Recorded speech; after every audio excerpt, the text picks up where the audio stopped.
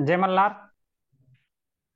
धनगर समाज जागृती युट्यूब चॅनलवरती धनगरांचा गौरवशाली इतिहास या सिरीज मध्ये आज आपल्यासोबत चर्चा करण्यासाठी ज्येष्ठ साहित्यिक, विचारवंत, अभ्यासक, लेखक, संशोधक संजय सोनवणे सर उपस्थित आहेत. मी त्यांचं आजच्या या कार्यक्रमामध्ये स्वागत करतो.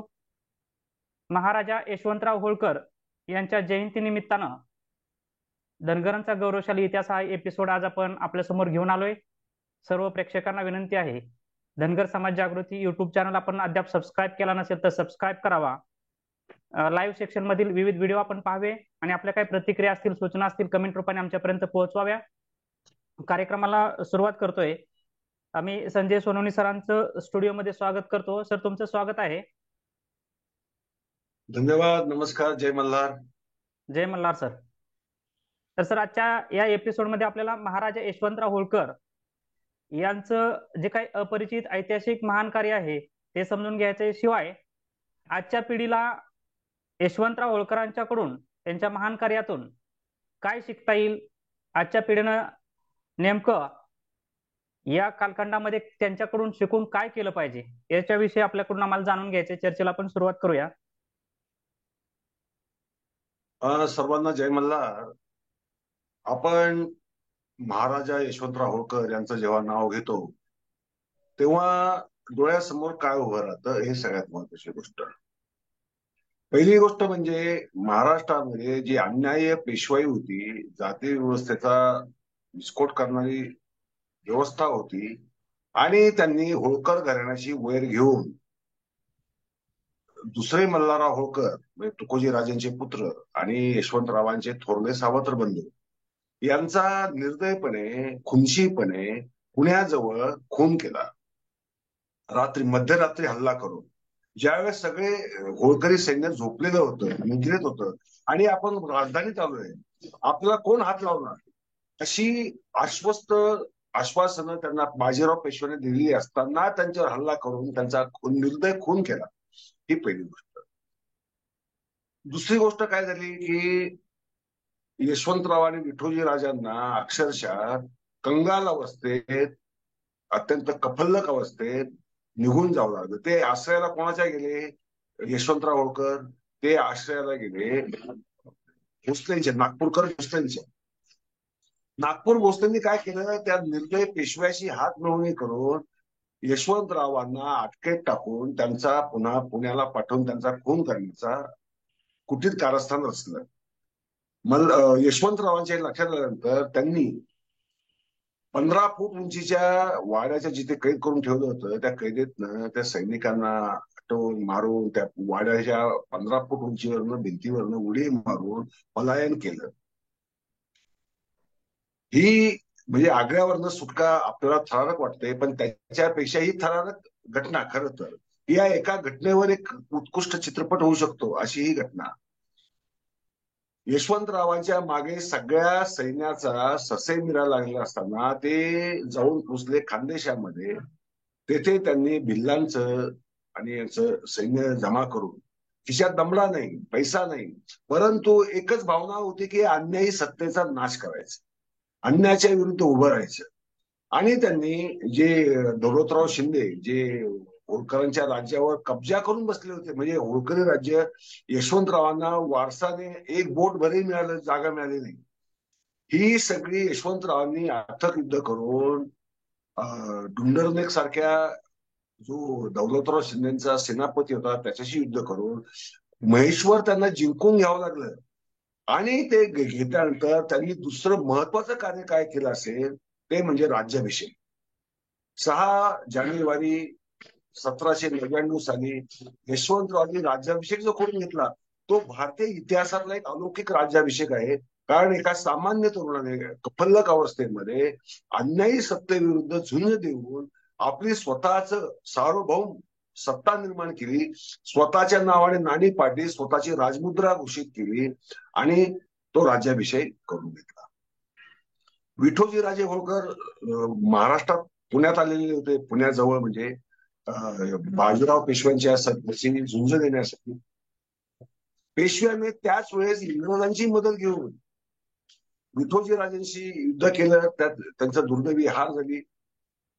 या पेशव्याने काय करावं, त्यांना अटक केली, शिक्षा द्यायला पाहिजे, दंड ठोठावायला पाहिजे, काही करायला पाहिजे. पण त्याने निर्दय असा, खुनशी असा, की होळकर हे आपल्या सत्तेला आव्हान आहेत असं मानून त्याने, बाजीराव पेशवाने त्यांना हत्तीच्या पायाखाली तुडवून मारलं. तो क्रूर माणूस इथेच थांबला नाही. 3 दिवस विठोजी राजांचं प्रेत शनिवार वाड्यासमोर लोकांना पाण्यासाठी ठेवलं. त्यांच्या प्रेताचा अग्नी सुद्धा त्याने पहिले 3-4 दिवस दिला नाही. इतका हा नीच माणूस.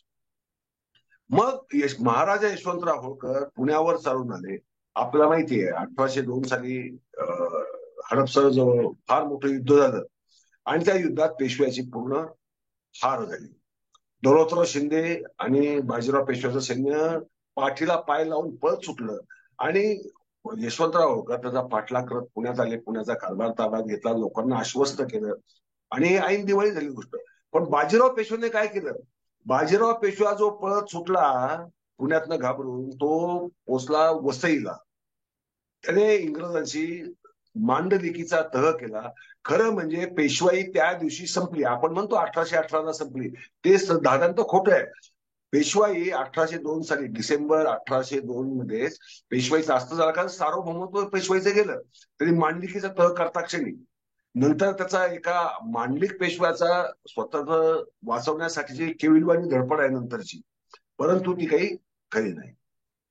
म्हणजे पेशवाईचं आस्त करण्याचं सुद्धा जे अलौकिक कार्य आहे ते यशवंतराव होळकरांचं. हे आपण विसरतो, आपल्याला माहित नसतं. तिसरी गोष्ट, यशवंतराव होळकरांनी ओळखलं काय, बाजीराव पेशव्याने वसईला जाऊन तह केला, मांडलिकत्व स्वीकारलं, हे मात्र यशवंतरावांना आवडलं नाही. यशवंतरावांच्या लक्षात आलं की इंग्रज हे अशा पद्धतीने भारतभरामध्ये आपलं साम्राज्य पसरवणार आणि भारतीयांना गुलाम करणार. मग हे हडपसरचं युद्ध यशवंतरावांनी भारतीय सत्तेविरुद्ध केलेलं शेवटचं एकमेव युद्ध. त्यानंतरची सगळी युद्ध जी यशवंतरावांनी केली ती इंग्रजांच्या विरुद्ध केली. इंग्रजांनाच त्यांनी शत्रू मानलं. इंग्रज या देशातनं हाकलून द्यायला पाहिजे, ते लाल तोंडे म्हणायचे त्यांना, किंवा ताम्र म्हणायचे. या ताम्रांना या देशात थारा नाही. ते भारतीय रजवाड्यांना सगळ्यांना पत्र लिहायचे की मला सामील व्हा, आपले आपापसातले वाद आपण नंतर हे करू, परंतु आधी आपण सगळे मिळून काय करू, इंग्रजांना या देशातनं हाकलून देऊ. परंतु भारतातले संस्थानिक चटावलेले होते, त्यांना ऐश्वर्या मिळत होता, आता युद्धांची भानगड नव्हती, ब्रिटिशांचं सैन्य त्यांच्या पद्धती असायचं. त्यामुळे एकही शीख असतील, राजपूत असतील, मराठे असतील किंवा दक्षिणेतल्या राजवटे असतील, यशवंतरावांना सामील झाल्या नाही. परंतु ना उमेद न होता यशवंतरावांनी इंग्रजांशी एक हाती लढा पुकारला. एका मागून एक केलेले 18 युद्ध, त्यात त्यांनी विजय मिळवला. त्यांची महत्वाकांक्षा काय होती की दिल्लीचा बादशाहला ब्रिटिशांच्या ताब्यातनं मोकळं करायचं आणि दिल्लीच्या बादशाहला आपल्यातर्फे आदेश काढायला लावायचे आणि ते आदेश काढायला लावून तरी मग हे भारतीय सत्ताधारी आपल्या पाठीमागे येतील असं त्यांना एक आशा होती. परंतु दुर्दैवाने ते काही झालं नाही. अशा अवस्थेत यशवंतरावांनी मुकुंदराचं युद्ध असेल, कर्नल फॉसेटचं सगळं सैन्याचा विध्वंस करणं, कत्तल करणं, कापून काढणं असेल, किंवा डिकचं युद्ध असेल, किंवा भरतपूरचं युद्ध, तर महायुद्ध. भरतपूरच्या युद्ध नंतर वाटरलूचं युद्ध झालं फ्रान्समध्ये. भरतपूरचं युद्ध झालं 1805-06 साली. वाटरलूचं युद्ध झालं 1816 साली. आणि यशवंतराव होळकरांनी जी युद्धनीती वापरली होती तीच युद्धनीती नेपोलियनने नंतर वाटरलूसाठी वापरली. त्यामुळे भारताचा नेपोलियन यशवंतराव नव्हे, फ्रान्सचा यशवंतराव नेपोलियन आहे असं आपण आग्रहाने म्हटलं पाहिजे, कारण ती फॅक्ट आहे. कारण आधी यशवंतरावांचं युद्ध झालंय भरतपूरचं आणि वाटरलूचं युद्ध हे त्यानंतरचं आहे. म्हणजे यशवंतरावांचे युद्ध कला जी आहे, युद्ध कौशल्य जे आहे, रणनीती जी आहे, हे जे मुकुंदराचं युद्ध आहे ते तर अत्यंत विलक्षण आहे. 3.5 महिने भर पावसात चिकन मातीच्या प्रदेशात, गावाच्या मैदानाच्या प्रदेशात सगळीकडे चिखल असताना तोफा उठतायत, घोड्यांचे पाय उठतायत, माणसं चालू शकत नाहीत. अशा अवस्थेत पाठलाग करत करत करत करत करत दमादमाने मान्सूनची 12,000 सैन्य कापून काढलं, मारून टाकलं ब्रिटिश. त्यामुळे आणि या पराभवामुळे साऱ्या जगात संदेश काय दिला की ब्रिटिश हे काही अजिंक्य योद्धे नाहीत, अजिंक्य नाहीत. त्यामुळे त्यांच्या जिथे जिथे वसाहत होते, आफ्रिकेत असतील, चीनमध्ये असतील, ऑस्ट्रेलियात असतील, अमेरिकेत असतील, कारण त्याच्या वसाहती त्या काळात सगळीकडे पसरलेल्या होत्या. त्या वसाहतीतल्या लोकांनाही वाटायला लागलं की आम्ही ब्रिटिशांना हरवू शकतो, यशवंतराव आमचे नायक आहेत. त्या युद्धातला पराभव ब्रिटिशांच्या एवढ्या जिव्हारी लागलेला आहे की आजही, म्हणजे 21सावं शतक आहे, इंग्लंडमध्ये आर्मी डिपार्टमेंट तर्फे चर्चासत्र होतात आणि त्यात कर्नल मॉन्सनचा पराभव का झाला, यशवंतरावांनी अशी नेमकी कोणती नीती वापरली याच्यावर चर्चा होते. इंग्लंडने म्हणजे इंग्रजांनी शत्रूच असल्यामुळे यशवंतरावांना क्रूर ठरलं. कारण का की आपल्या आयातील 48 ब्रिटिश सैन्य यशवंतरावांनी अक्षरशः कापून काढलेले, लाखो लोक जखमी केलेले, घायल केलेले आहेत आणि त्यांची सत्ता भारतातनं हटवण्याचा प्रयत्न केलेला आहे. मुकुंदराच्या युद्धामुळे दुसरी गोष्ट झाली अशी की ब्रिटिशांनी भारताचा गव्हर्नर जनरल बदलला, त्याची विलसलीची हकालपट्टी केली आणि दुसरे गव्हर्नर जनरल पाठवला आणि काय आठ घालून पाठवला की काहीही करा, कोणत्याही अटीवर यशवंतरावाला शांत करा, त्याच्याशी तह करा, शांततेचा तह करा, नाहीतर आपण भारतामध्ये जिंकू शकत नाही. इंग्रज एवढे घाबरलेले तरी भारतातले पेशवे असतील, शिंदे होळकरांसारखे सरदार असतील, शीख ज्यांना आपण फार स्वातंत्र्यप्रिय म्हणतो ते असतील, राजपूत असतील, यांनी यशवंतरावांच्या, जाट असतील किंवा बंगालमधले सेनानी असतील किंवा मुस्लिम सेनानी असतील, कारण तेही पारतंत्र्यात चाललेले होते, बादशाह पारतंत्र्यात गेलेला होता दिल्लीचा, तरी सुद्धा त्यांना साथ दिली नाही. कारण ब्रिटिशांनी मग घोडा आणि जोडा ही नीती वापरली, संस्थानिकांशी पुन्हा पुन्हा तह केले, त्यांना जे आधी कबूल केलं होतं त्याच्यावर जास्तीचं कबूल केलं आणि कसल्याही स्थितीत यशवंतरावांना मिळू नका असं आग्रहाने विनवण्या केल्या. त्यामुळे यशवंतरावांना सामील व्हायला कोणी आलं नाही. मग माझा एक मुद्दा आहे, एक विचारायचा होता की भरतपूरच्या लढाईनं जगभरात जिथं जिथे इंग्रजांच्या वसाहती होत्या त्या वसाहतीत खऱ्या अर्थानं त्यांना उठाव करण्यासाठी, इंग्रजांच्या विरोधात उठाव करण्यासाठी किंवा इंग्रजांच्या गुलामीतून मुक्त होण्यासाठीचा एक फॉर्म्युला किंवा एक त्यांच्याकडे संदेश मिळाला. जगभरातल्या ह्या क्रांती ज्या आहेत इंग्रजांच्या विरोधातल्या, त्याच्यासाठी कदाचित हे पाया म्हणून ठरले असू शकतात. मग अशी मी तेच सांगितलं की जगभर हेच झालं की इंग्रज अजिंक्य नाही हा संदेश जगभर गेला. त्याच्यामुळं हे वसाहती लोक प्रेरित झाले, यशवंतराव त्यांचे नायकच बनले, हे मी मगाशीच बोललोय. त्याच्यामुळे इंग्रज घाबरले का, यशवंतरावांशी कसल्याही स्थितीत तह करण्याचा आदेश घेऊन नवीन गव्हर्नर जनरल बदलून दुसरा गव्हर्नर जनरल का पाठवतो, यासाठीच पाठवला.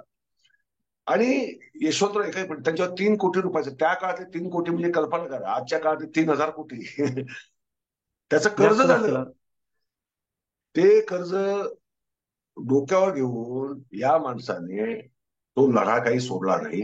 त्यांची शेवटची कल्पना काय होती की आपण कलकत्त्यावर स्वारी करतो, त्यावेळेस ईस्ट इंडिया कंपनीची राजधानी कलकत्ता होती.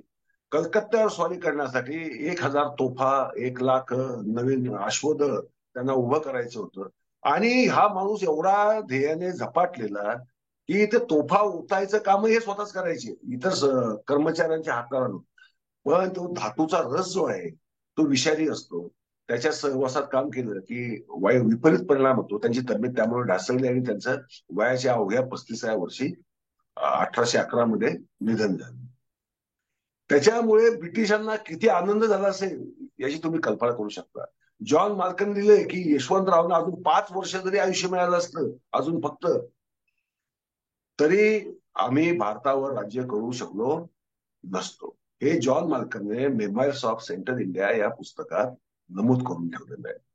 म्हणजे यशवंतराव हे काय रसात होतं. भारतात या तोडीचा सेनानी झालेला नाही. म्हणजे अगदी फार प्राचीन काळापासून आतापर्यंत खाडे यांचं युद्धनीती वेगळी, युद्ध कौशल्य वेगळं, आणि मेन म्हणजे झपाटलेपणा, की त्यांनी ध्येयाने झपाटले गेलेले होते.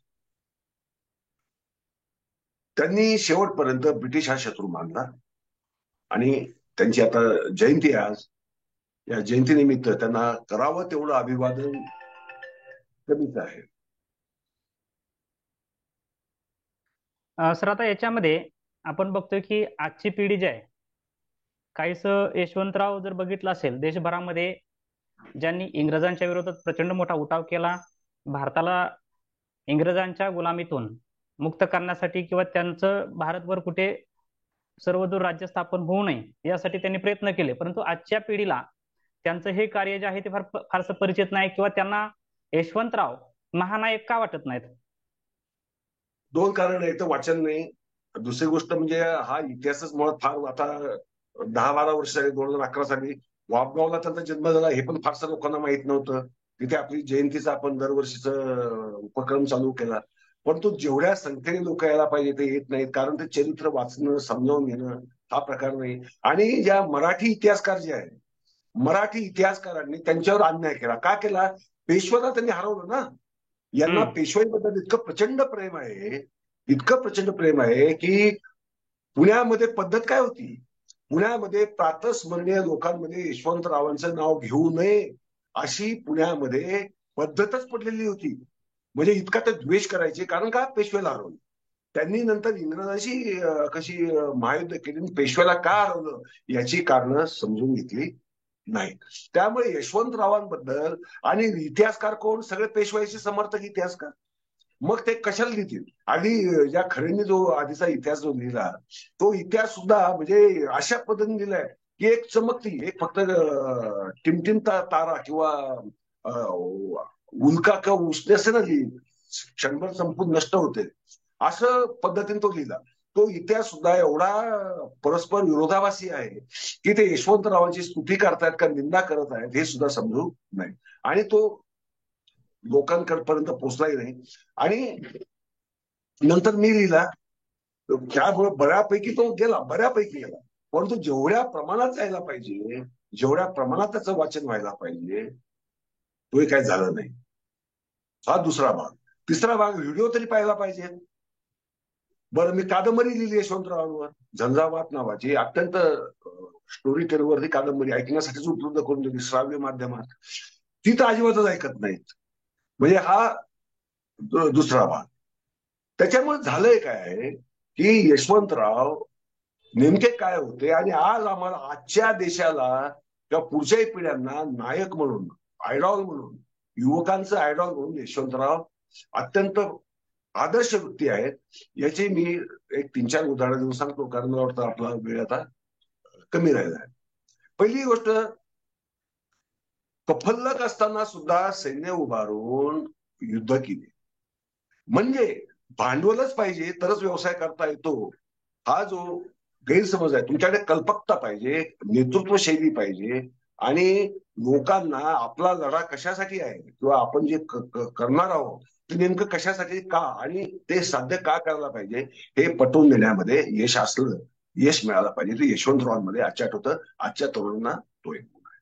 दुसरी गोष्ट, त्यांनी संपूर्ण व्यवस्थेच्या विरुद्ध जात, पेशव्यांच्या विरुद्ध जात, सर्व सरदारांच्या विरुद्धात राज्याभिषेक करून घेतला आणि स्वतःचं सार्वभौमत्व डिक्लेअर केलं.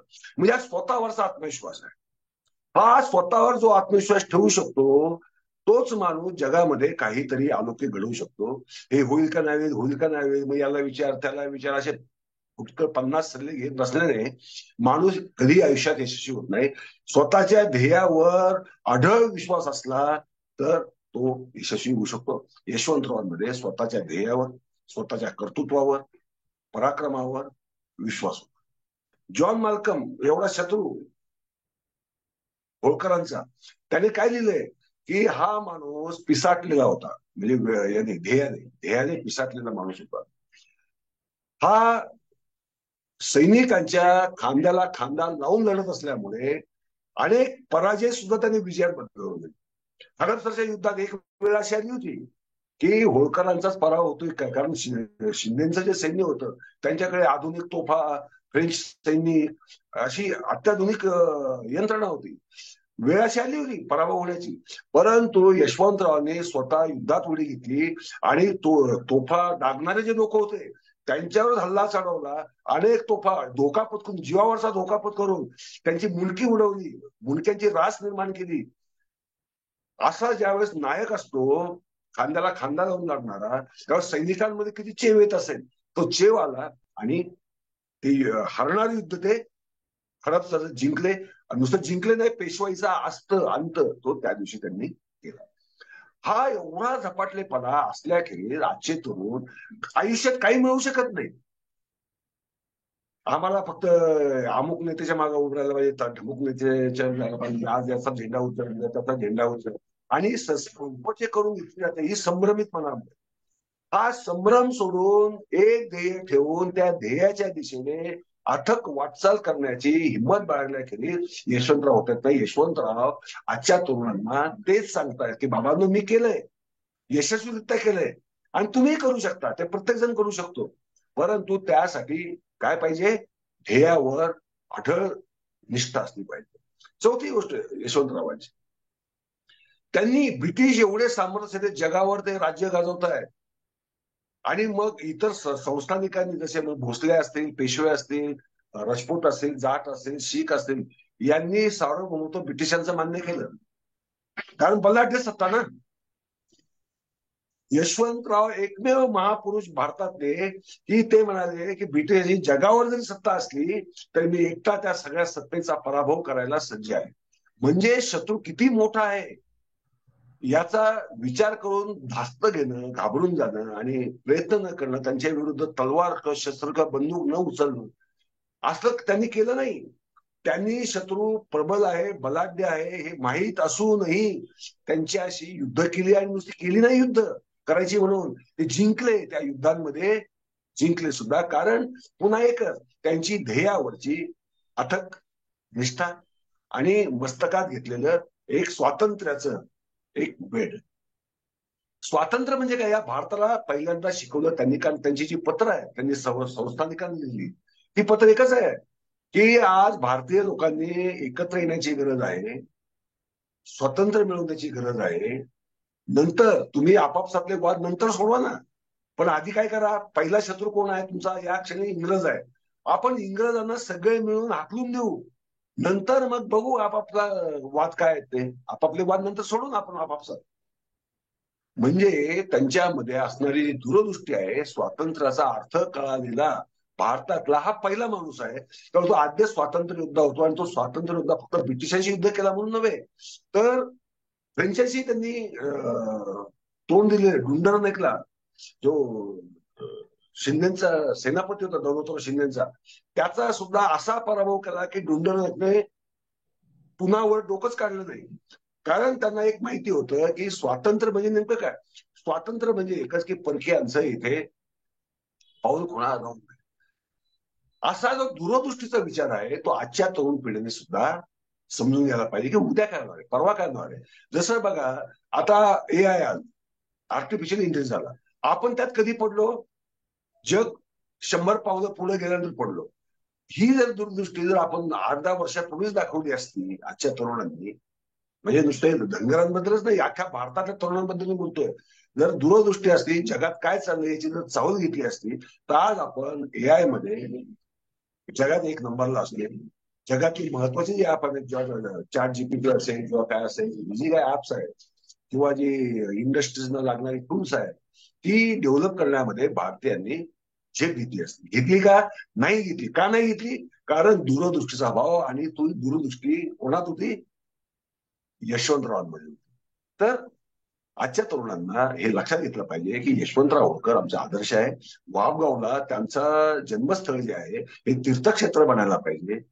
ते एक राष्ट्रीय स्मारक व्हायला पाहिजे. त्याची मागणी मी गेली 10-15 वर्ष करतोय. भगवान जराड वगैरे मंडळी त्याला समर्थक खूप आहेत, परंतु ते होतंय का? ते अजूनही झालेलं. तो त्यांचं जन्मस्थळ भग्न होत चाललंय, एक एक चिरा ढासळत चाललेला आहे, एक भाग तर बुरुजाचा भाग कोसळलेला आहे. अशा स्थितीत ही आपल्याला खरं म्हणजे भारतीय म्हणून ही लाज वाटली पाहिजे आणि आपण किमान त्यांचं स्मारक तर केलंच पाहिजे, पण त्याच्या जीवन कर्तृत्वापासून खूप काही शिकलं पाहिजे.